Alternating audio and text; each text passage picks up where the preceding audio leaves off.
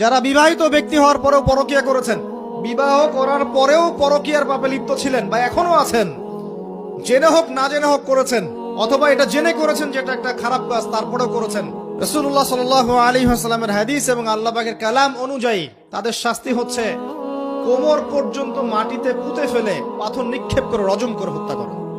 Islamic যদি কোনো রাষ্ট্র থাকতো, এটা যদি হতো, এটা যদি ইমামুল মাহদির যুগ হতো বা ওমর রাদিয়াল্লাহু আনহুর যুগ হতো, তাহলে এই শাস্তির বাইরে আপনি চলতে পারতেন না যদি এটা প্রমাণ হতো।